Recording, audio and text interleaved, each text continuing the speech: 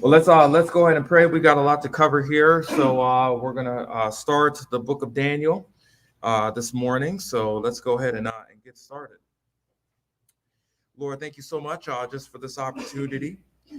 Again, thank you, Lord, for this book, and I pray, God, that this would be informative and instructive for this morning as we sit and understand the historical and cultural backdrop of where this book takes place and why it's important. We thank you so much, Lord, for who you are and for what you've given to us. For it's in your son's name. Amen. Okay. Let's go ahead. Of course, it is apropos to do a couple of case studies. I have not yet decided whether or not I'm going to add a third case study to this. But the first one, of course, is the historical and cultural focus of Daniel. So we'll be talking a lot about Babylon. We'll be going in and out of the text and looking at various kind of interesting aspects that we kind of want to keep in mind when we study and go over this particular book. Okay. Let's see. Let me see if this actually works. There we go. Let's start with the genesis of Babylon, where Babylon was built. Okay.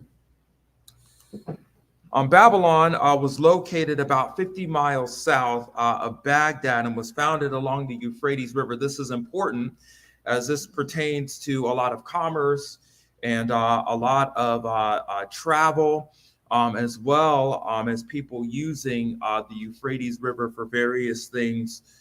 Again, particularly commerce was important. You would want to build a city near a huge river or something like that, because that brings in a lot of individuals. And because of that, Babylon was very influential at the time of its inception. Now, what's fascinating about this is it is believed that the city of Babylon was founded by the Akkadians in 2300 BC in Mesopotamia. One of these historical quotes is as follows. This is from history.com. It says the city of Babylon was founded around 2300 BC by the ancient Akkadian-speaking people of southern Mesopotamia. Is that true? Was it built just generally by this group of individuals from Akkad? Well, let's take a look here. Genesis chapter 10, verses 6 to 10 gives us a different builder. And no, his name is not Bob either. Genesis chapter 10, verses 6 to 10. It says, the sons of Ham were Cush and Mizraim and Put and Canaan. The sons of Cush were Seba and Havilah and Sapta and Rama and Septeka. And the sons of Rama were Sheba and Dedan. Now Cush became the father of Nimrod. He became a mighty one on the earth. He was a mighty hunter before the Lord. Therefore, it was said, like Nimrod, a mighty hunter before the Lord, the beginning of his kingdom was Babel and Erech and Akkad and Calneh in the land of Shinar. You mentioned here that you see that Nimrod, a mighty hunter before the Lord, instituted or built 4 cities. The beginning of his kingdom was Babel, which is known as present-day Babylon, Erech and Akkad, where the Akkadians are from, okay, and Calneh, right, in the land of Shinar. Again, we have the descendants of the sons of Noah that are recorded after the flood. This is verse 1 of chapter 10. And the list of the descendants begins with the sons of Japheth, verses 2 to 5. And then we have the sons of the descendants of Ham, which is 6 to 20, and Shem. Again, these are these descendants of Noah, right, recorded here. So the building of Babylon, it seems, has its origin in Nimrod. The word beginning, let's take a look at this here in chapter 10. Okay. The word beginning is the Hebrew word reshith. It occurs 51 times in the Hebrew scriptures.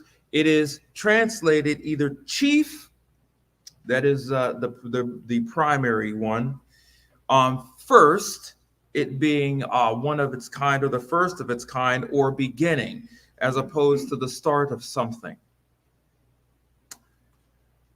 Again, the word in this context within chapter 10 marks the beginning of an event or status. In this case, the beginning of Babel starts with Nimrod, okay? Not some group or some hodgepodge group of Akkadians, right? It would appear based on the biblical text that Babylon was not established by the Akkadians in a general sense, that it wasn't like a group of people just decided to look upon this plain and go, I think we'll build a city here. It was Nimrod's intention to build Babel, which was established by him. Again, this is a hat tip or just a good safety tip when you're doing research historically, to make sure that you're checking with the scriptures to see if they align, because it doesn't appear that Nimrod appears anywhere in some of these historical references, which is fascinating. Okay. So continuing on here, we have the kings of Babylon, their leadership and rule. Obviously, since Babylon was established by Nimrod, it was there for a very long time. And there were different kings, and of course, that were established within this particular city. Let's take a look at Hammurabi for a minute. Hammurabi was not the first ruler of Babylon, but he was the most influential. And his influence carries on for hundreds of years. His rule was from 1792 to 1750 BC. And he is the sixth and most influential ruler in this particular dynasty. We find in his immediate family, Sin-Mabalit was Hammurabi's father, who was also the ruler here of Babylon. He also had a sister named Iltani, and his son was named Salamasuna. Okay.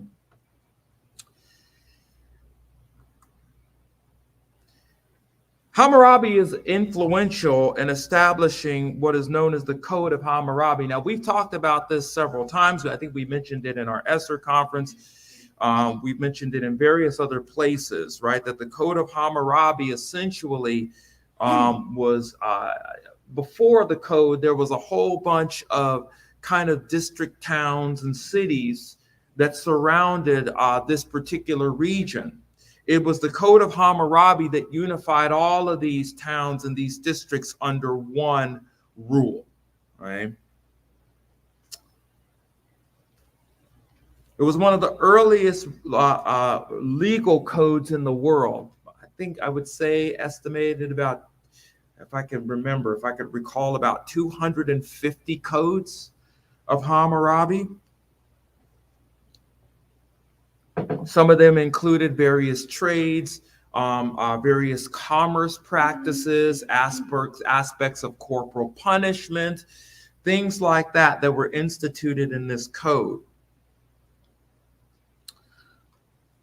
Again, the purpose of this code was to unite all of the provinces of southern Mesopotamia under one code, under one law. Okay? The code was a set of 282 laws that guided those under the system, with a set of rules that, if broken, would enact fines and punishments up to and including death. This code was carved into a huge stone black pillar, and of course, whenever someone had a dispute with another, they would address this particular code. Okay. The reason why I bring this up is because I'm convinced that some of the code, or at least most of it, influences Babylon, even to the time up to Daniel. There wasn't much that changed about the code at all. and there was no new code established. So the Code of Hammurabi is very, very important, and it's a part of Babylon's history. Okay. The second influential person that we're going to talk about, again, there's many others. What we're going to look at is Nabopolassar or Nabopolassar, depending on what historical document you're looking at. Nabo or Nebo. We'll talk about that in a minute, why that is. Nabopolassar was reigned with 626 to 605 BC, just 21 years of his reign, but very influential in those matter of years. Again, he was the first ruler of the new Babylonian Empire. Okay? Some of his significant work includes the following in his personal life. He was the father of Nebuchadnezzar. Okay? He was also the chieftain or governor, so to speak, of Babylon. But after the death of the king before him, in 626, he became king of Babylon. Essentially, he was the king's right-hand man and a governor over a province of Babylon. And it made sense that since he was the right-hand man of this particular king, they just installed him as the king of Babylon. He began various projects. He was a project guy over Babylon. But when he died, most of them were completed by his son, which included irrigation systems and the beautification of Babylon. Babylon was more known by its hanging gardens. Of course, there's some dispute with that. But for the most part, he was there to make the city of Babylon look glorious and luscious. As a matter of fact, it's kind of underscored in the document of Daniel. When we get to it, when he looks out upon all of the land of Babylon, and he goes, "Well, look at what I've built, right? Look at what I've done, right?" That's kind of his attitude there. So Nabopolassar started all of these projects, and Nebuchadnezzar finished them. Nabopolassar also overthrew the Assyrian Empire and destroyed Nineveh in 612 BC. This is interesting because this overthrowing of Nineveh was prophesied by the minor prophets, specifically Nahum and Zephaniah. Okay. Zephaniah and Nahum tell of the overthrowing of Nineveh. And if we go back to a couple of years ago when we did our Jonah conference, Jonah was an important prophet sent by God to avert the destruction of Nineveh.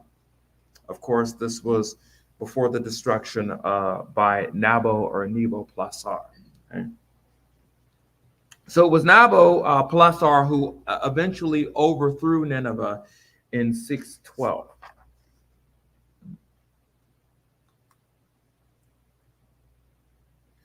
Going back into, so we have Hammurabi, Nabopolassar of the kings of Babylon, and we also have good old King Nebuchadnezzar. Okay? Or King Nebi, or Nebs, as I like to call him. Nebuchadnezzar, 605 to 561 BC. Extensive reign. Okay? Let's look at some of his significant work concerning some of his conquests and Israel's and how he's associated with Israel. Again, after his father, Nebo or Nabopolassar died, Nebuchadnezzar led an army against the Egyptian army and destroyed them. He defeated them. Okay.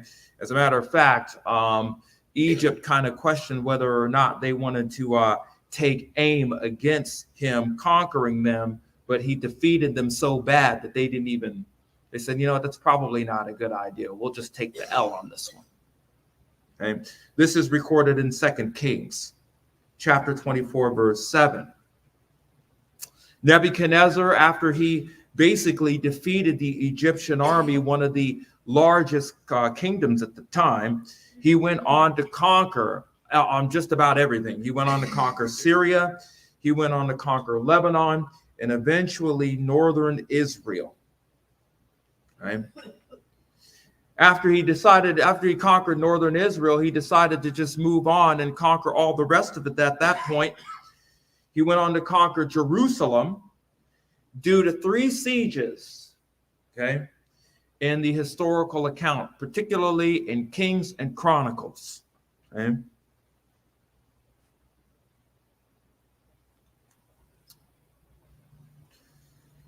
Let's talk about these 3 here. The first one is Jehoiakim. Okay? He went in and, of course, Jehoiakim did evil in the sight of the Lord. The Lord raised up Nebuchadnezzar and basically invaded Jerusalem, bound him with chains, that is Joachim. He stole the effects from the temple. He did not dispossess the whole thing. Okay? That comes later. But he bound him with chains, stole effects from the temple, and took all of the effects to Babylon, okay, as well as Jehoiakim. The second ruler that Nebuchadnezzar basically ruled over was Jehoiakim. He was also brought to Babylon. He was chained and brought to Babylon as well. And Nebuchadnezzar also took more effects from the temple, because that's what you did when you ruled over someone. When you conquered them, you took their valuables and their effects, and you brought them back to your kingdom and put them on display, right? To show that you the man, right? The third conquest was Zedekiah. This was a bad one. So he bound both of these with chains. All of them did evil in the sight of God, by the way, and God rose up Nebuchadnezzar and invaded them and took the plunder. Zedekiah did great evil in the sight of the Lord, and Nebuchadnezzar, of course, God raises Nebuchadnezzar. He brings him in. He slaughters the sons of the king. He gouges Zedekiah's eyes out. Okay? Chains him and brings him to Babylon and dispossesses the rest of the effects of the temple and razes it to the ground. He destroys the whole thing. Now, afterwards, of course, Israel is dispossessed at this time. Jerusalem, the temple is destroyed, but not all of there are still some Jews and Israelites that remain within Jerusalem and Israel. So he sets a governor over the region. And basically the governor says, hey, if you do well, don't start any trouble. Don't raise any, don't become rabble rousers. Things will go well for you. Okay. But most of the Israelites were dispossessed into Babylon. So here we have these 3 particular kings. All of them did evil in the sight of the Lord. All of them, embraced idols. All of them were essentially bribing and doing violence and all these things. And Nebuchadnezzar was raised to basically dispossess them and take these effects and place them in the custody of Nebuchadnezzar.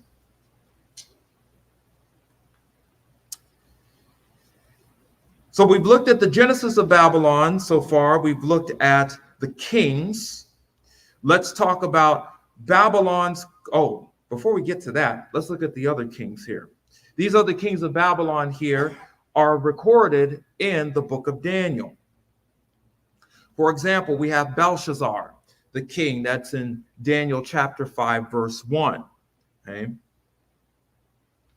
We also have Darius the Mede, or Darius the Great, in Daniel chapter 6. he's mentioned as one of the rulers of Babylon. We have Cyrus the Great in Daniel chapter 10.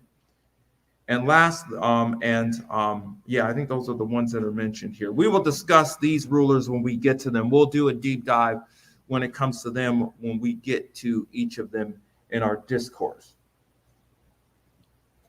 I decided just to not include a deep dive for each of them here because we ain't got that kind of time, you know? Yeah, I definitely got that kind of time. So we will discuss them at when we get to them.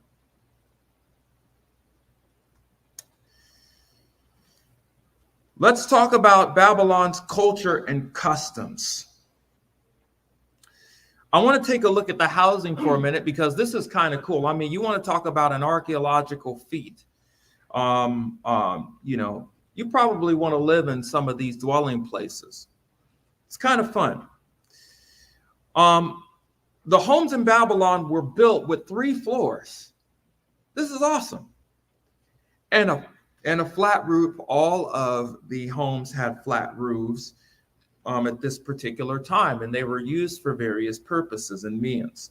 The first floor consisted of a courtyard, which held possibly a small garden where people would grow flowers and vegetables and things like that.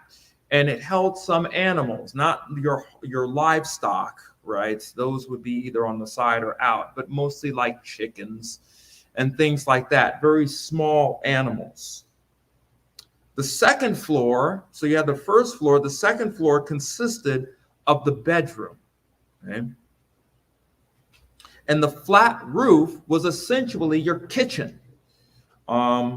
And it was also a place where, of course, they had no windows, right? And things like that, right? So you couldn't hang out in the bedroom, right? It would possibly be too hot. So what they would do is that they would use the flat roof, again, for a kitchen, for a common area, and things like that. Or sometimes they would sleep up there in case it got too hot. Okay? Here's an example of these particular buildings. So you have, again, your door there. Again, no windows. Ain't that something? Huh? Maybe perhaps this one here, maybe they had a little bit more money. They could add an addition here. This is an example here. So you have the first floor, which consists of this yard. You have the second floor, which is the bedroom here. And then you had the roof here. This was kind of a maintenance room, a courtyard, an open area, and things like that. Right. That's not bad. You know what I'm saying? No air conditioning. That's that would be a problem for the missus. No air conditioning. There you go. The next thing to look at was the city itself, which was quite spectacular. So surrounding these dwelling places or within the city itself, you had the housing, but around it you had the city. Within the center of the city, there lay a 300-foot tall tower, okay, a ziggurat, which could be seen from miles away. This was kind of the hallmark of Babylon, one of the staples, right? But if you were going to Babylon, of course, you could see this ziggurat this at a distance away. You would know that you were going there. The tower was known as the Etemenaki, okay? Etemenaki, which means house of the foundations of heaven and earth. Kind of think about that tower that they were building in Babylon, kind of the first time. It kind of lends to that particular idea. Okay. We'll see the Etemenaki here in a minute. One other site was known as Procession Avenue. This is where when the king conquered a particular people, right? And if all the people would gather on this particular avenue and greet the kings and the soldiers as they were marching into the city itself, okay? This was a beautiful, beautiful part of the city. It had brick animals on both sides of the street as decoration.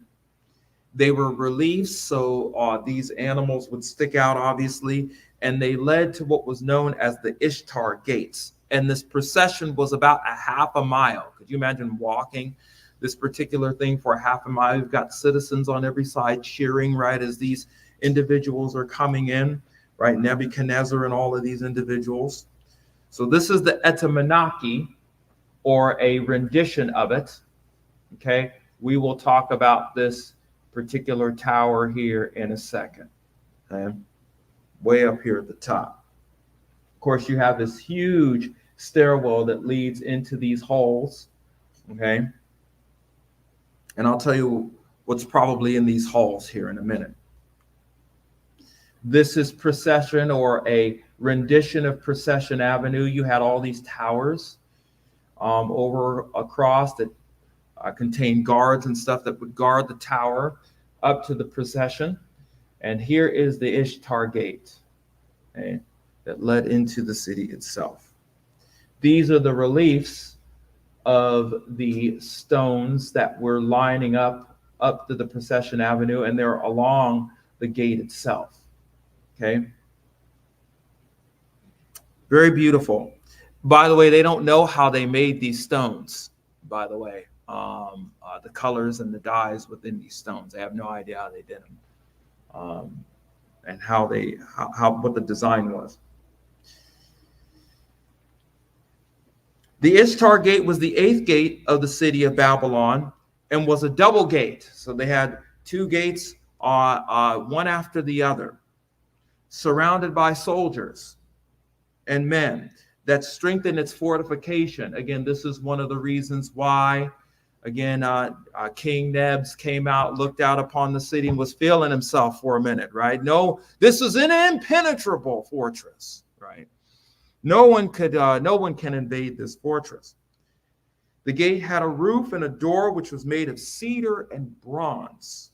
Okay, and the front grace again was dressed with bulls and dragons, and was built with, again, glazed bricks. They do not know how they put these color and the glazing on these bricks. At least with the research that I looked at. They had some idea, but they said it was they were unsure. Again, this is the Ishtar Gate here. As you can see, there's the dragons there. This is the Etemenaki, and again, you have that tower up at the top. And as they enter into the gate, they would enter into the city itself.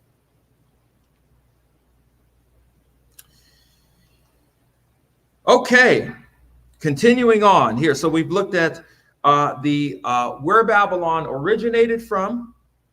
We looked at the kings and the influential kings of Babylon and their contribution. We've looked at some of the culture and customs of Babylon. Now let's talk about the deities, the false gods of Babylon. There are more of them, more than 7. Right? They love them some deities, but we're just going to take a look at a couple of them and kind of talk about them and why they are important in this particular culture. And they show up too, not directly in the book of Daniel, but there's some interesting references. Let's talk about Little Stubbs. I remember I called this individual Little Stubbs. We talked about Little Stubbs in the book of Revelation. His name is Enlil. Okay. So he is the god of the elements, the earth, wind, and fire god, right? Wind, earth, air, and storm. So of course, if there is a dust storm of some type, they would attribute this to Enlil, right? If there was a huge storm or rainstorm that brought lots of water and things like that, and runoff, that would be attributed to Enlil, right? A lot of these false deities actually share a lot of these particular attributes, right? Oxygen, us breathing and things like that is attributed to Enlil, okay?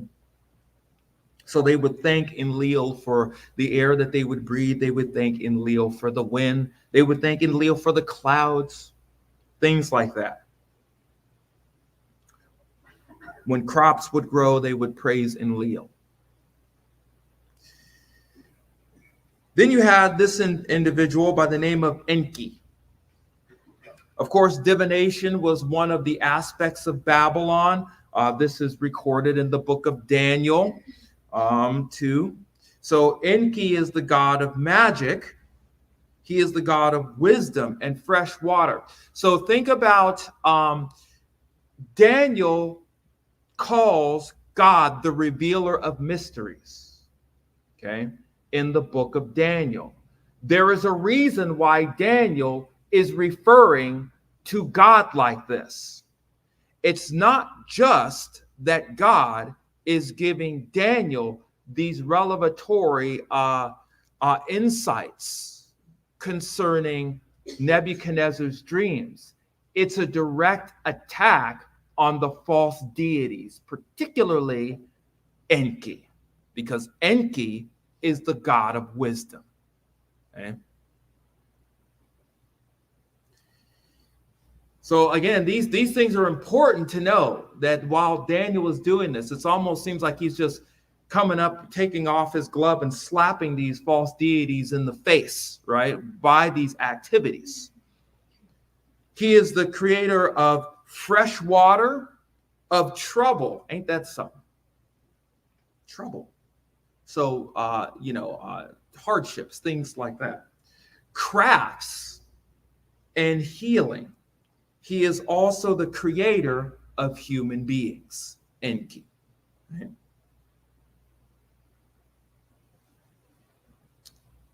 Let's continue on here. Let's look at this particular individual. Notice the legs here, or the feet, the feet and the legs, and I don't know how anybody could walk like that. This is the false deity of Inanna, or Ishtar. She was the goddess of Eros, sensuality, fertility, and war. She was hostile when it came to conflict, but she was sensual when it came to, how can I say this PG? Let's just say physical intimacy between a husband and a wife, right? We'll take it that way. She is also responsible for conception, okay, as well. And if you were in politics and had great influence in the political sphere of Babylonia, she is responsible for political influence. Now, again, I have to mention this, okay? Daniel becomes essentially second in command, right, to Nebi, right? He has great political influence. It's not only because God placed him there. It is an affront to these false deities, okay? Everything that God does within the book of Daniel is essentially a slap in the face to these false deities, okay? Again, I find this to be fascinating. What about this individual? Who is this guy? This guy is Nabu, or Nebo. Remember Nebuchadnezzar, Nebuchadnezzar's father, bears this name. Okay? He is the god of literacy and writing and vegetation. Okay? He is also ascribed for the god Marduk. We'll talk about Marduk in a minute. Okay? He is the person that is responsible for language and dialogue, okay, and communication. Nebo plays a prominent role here, particularly when we get to Daniel in chapter 1. We'll learn about him in why that's important, because one of the Hebrew men, that is of Shadrach, Meshach, Abednego, and Daniel, bears his name, Nebo. Okay? And we'll talk about why that is.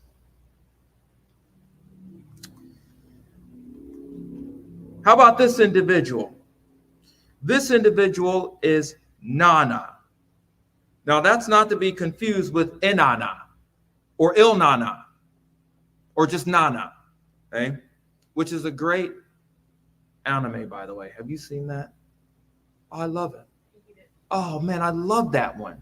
I love that one. Oh, man. I love Nana. It was great. He is associated with the moon and possibly associated with a woman giving birth. So while Ishtar is responsible for conception, Nana is responsible for the birth. Okay? And he is associated with the moon. He is the maker of the moon. Okay? Then we have this individual.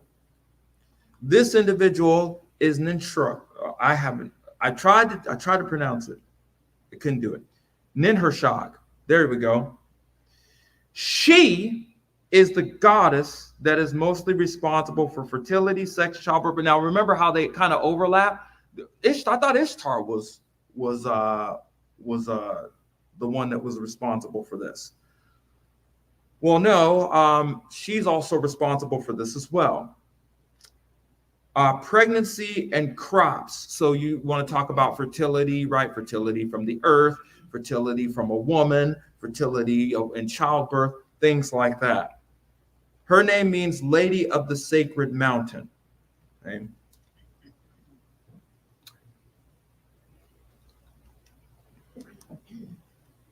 And then lastly, we have Utu. Utu is primarily the god of the sun and light. Okay, so we got Nana, who's associated with the moon, and Utu, who's associated with the sun and light and justice. I am convinced that most of the activity that is done within Daniel is more than likely a challenge to these false deities, which I would be convinced why at the very middle of the account, of the historical account, Nebuchadnezzar recognizes God as being the one who is the God of heaven and earth, right? Because he doesn't just get there right away. There are certain things that happen throughout these events within the book of Daniel that lead him to conclude that this is the point. He kind of doesn't get it until about halfway through, right? And it takes something very personal for him to come to that conclusion, okay? So Utu is responsible for the sun and light and justice, okay? Let's talk about Marduk for a minute. Marduk, or the name Bel, he is one of the most important gods of the time of the Babylonians. He is obscure at the start of Babylon, but by the time King Nebuchadnezzar rose to power, he was a prominent god of Babylon. He is introduced in the Code of Hammurabi. Nabopolassar acknowledges Marduk as the main deity above all deities, and Nebuchadnezzar more than likely adopts his dad's view of Marduk. Okay? As a matter of fact, in Hammurabi's introduction, it says this: when Anu the Sublime, that is the early Babylonian god, the king of Anuki, the seven judgment of the underworld, and Bel. Bel is a title referring to Lord. So Marduk, or Bel, is essentially the Lord of all gods, essentially. The Lord of heaven and earth, who decreed the fate of the land, assigned to Marduk, the overruling son of Ea, God of water and wisdom, God of righteousness, dominion over earthly man, and made him great among the Igigi. They called Babylon by his illustrious name and made it great on the earth, and founded the everlasting kingdom in it, whose foundations are laid so solidly as those of heaven and earth. Then Anu and Bel called by name me, Hammurabi, the exalted prince, who feared God to bring about the rule and righteousness of the land, to destroy the wicked and evildoers. This is more than likely why the Code of Hammurabi endured as long as it did, because of this. Hammurabi was installed by God. That is Marduk. Okay? Amazing stuff. Okay? He was the god of thunderstorms, and it was written after this god destroyed another god, the god of chaos. He began the Lord of heaven and earth. So there was a battle between him and Tiamat, and Tiamat lost. And so Marduk became the chief official Lord of heaven and earth. All of humanity owed its allegiance to Marduk, and the fate of the kingdoms and destiny is in his hands. There were two chief temples that recognized Marduk, the Agasalia and the Etimenaki, that huge tower at the top, that huge main tower at the top of that, that's Marduk's palace.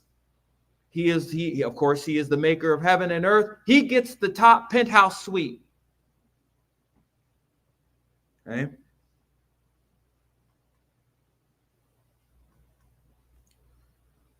So, conclusion, the historical and cultural data ought to be considered when observing the book of Daniel. I mentioned all of this here. This is running under the hood of the car, so that we have a general idea of some of the activity that was occurring during this time in history. And it will help us underscore some of the thinking and activity of the Babylonians, particularly Nebuchadnezzar. Okay?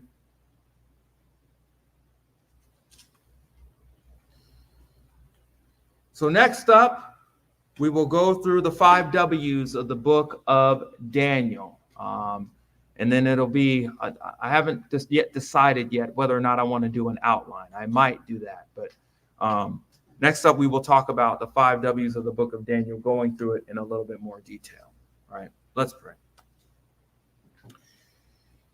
Lord, thank you so much that we can look at the history, some of the background, some of the information of the book of Daniel, and come to these to connect dots together, that these events that Daniel happens, that they don't just occur in a vacuum, but there's historical and cultural information behind some of the things that are going on within this particular text.